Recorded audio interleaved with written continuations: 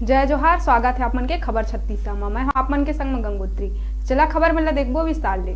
बिलासपुर में पत्रकार और ओकर संगी मन ला 1,40,00,000 रुपया देहे वाला रतनपुर के पूर्व और मुंगेली के रेंजर CR नेताम के कार्य के जांच शुरू हो गए। एकर बर मुख्यालय के आदेश में उच्च स्तरीय कमेटी बनाए गए। दरअसल बिलासपुर वन मंडल के रतनपुर वन परिक्षेत्र में रेंजर CR नेताम 2016 से लेके 2020 बछर तक रेंजर के पद में कार्यरत रही। एकर बाद कुछ महीना पहले मुंगेली वन मंडल में रेंजर के पदभार ग्रहण करे रही। पाछू दिन CBI जांच के झांसा देके आरोपी कथित पत्रकार और ओकर संगी 1,40,00,000 रुपया के वसूली रेंजर ले कर लिए रही। 2 दिन पहले हुए पूछताछ के बाद DFO Kumar Nishant ranger CR Netam ला तत्काल प्रभाव ले निलंबित कर दिए है। उन्हें उच्च स्तरीय जांच बर मुख्यालय ले अनुशंसा करे गए।